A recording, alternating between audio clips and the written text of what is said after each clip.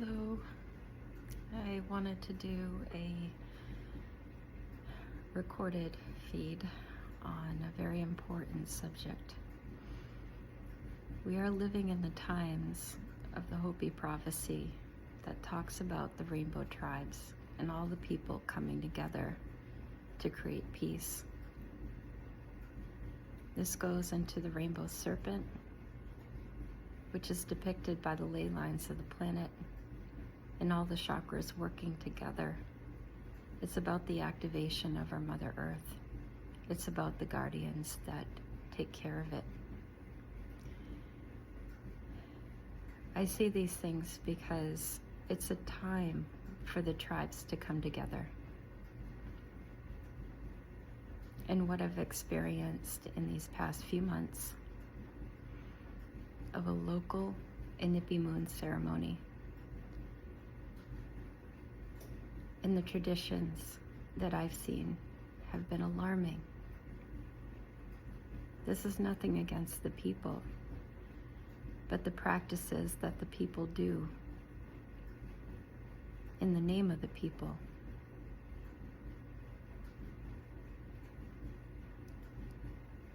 For many years, probably since the pandemic, I've been attending on and off. If I've had a Saturday where I could attend within my work schedule, and for many years I've worked 2 jobs. I've also tried to work on my business on the side. Yes, it's a lot to juggle, but it is necessary in this day and age with the costs of living and the things that need to be done in order to keep afloat because of inflation.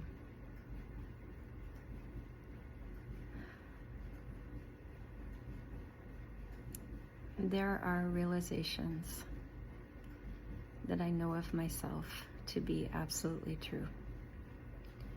Through a Kundalini awakening, I recognize and know that I am a star mother. I say this not to brag, but to speak my truth.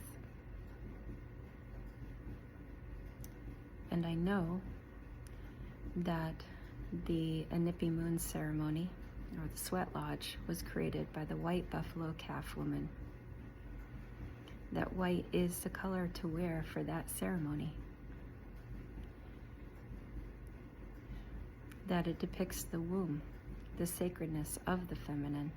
And there's a purification rite that have been created for the men because they don't have their menstrual cycles, do they? Only women. So in this particular ceremony, both men and women can go because that's the way they run it. And I had once asked to become a fire keeper. I understand as a fire keeper the aspects of what can be held in service and in space to the community. The fire depicts the sun and the solar logos that has a direct line to the womb. This is a esoteric understanding of the gnosis, of the Immaculate Conception, and of being a star mother. When I was requested,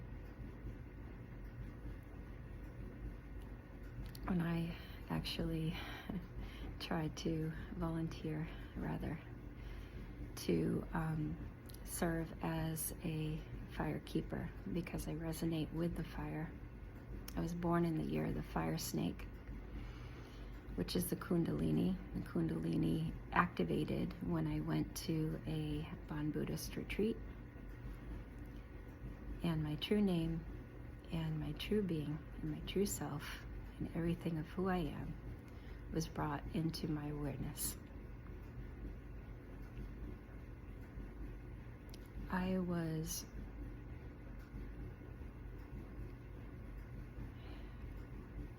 kind of brushed off by the chieftain.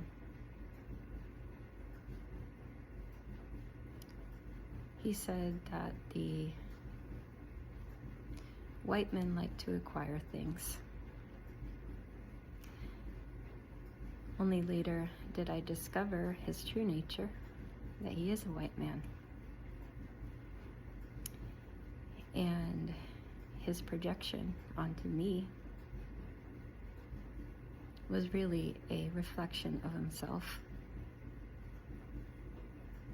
And even though he can hold ceremony and he knows the songs and the invocations and the work as a firekeeper,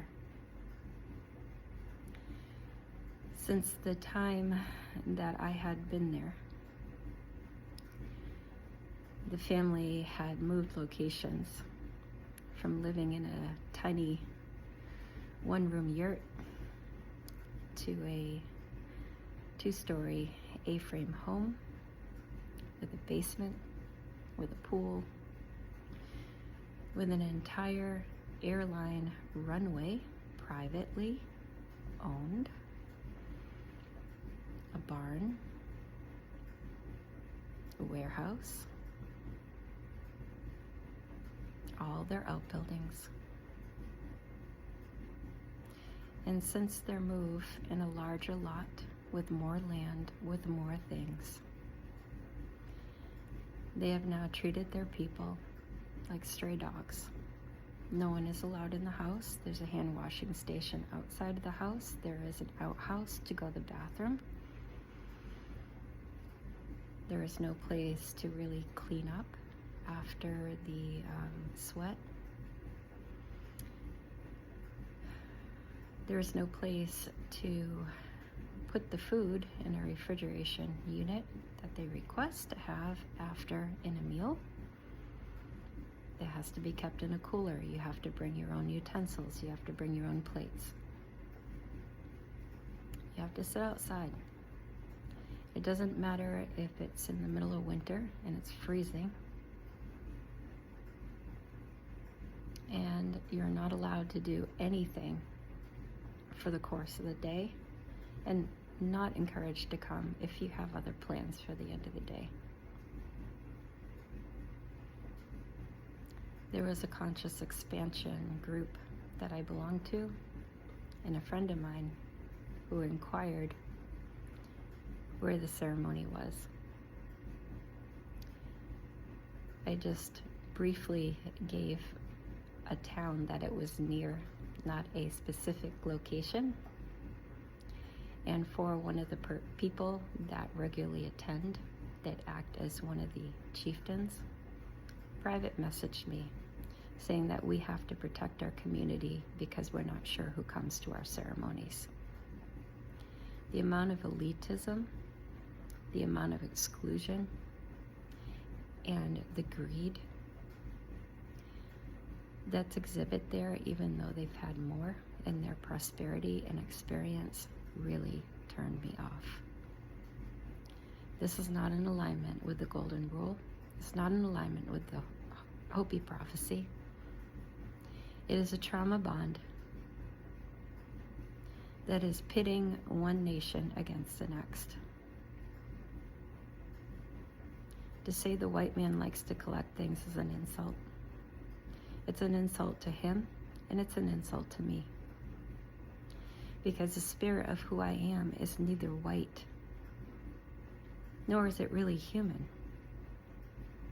I'm in a human body to do a certain work. But when you judge me by my vessel, you cannot see the spirit that I am or the presence that I am within. And that's a disservice. I will no longer attend those ceremonies, but I have full trust and faith in this blood moon, in the time that I have my own cycle, my own purification going on right now in my body, that I will find another community that holds space and sacredness for the Hopi prophecy, for the Rainbow Tribe, and not create toxic masculinity that excludes people, that excludes others from trying to serve the community and hold space. Anyone that's going to censor people from coming in is not a community that is serving the good of the whole. I stand in my sovereignty, my truth, and then love for all humanity. It's a reason why I'm here in the physical body. And I thank you for listening. Remember the golden rule that Jesus taught. Remember the Hopi prophecy that the Native Americans expressed. If you want to embody peace rather than division. Thank you.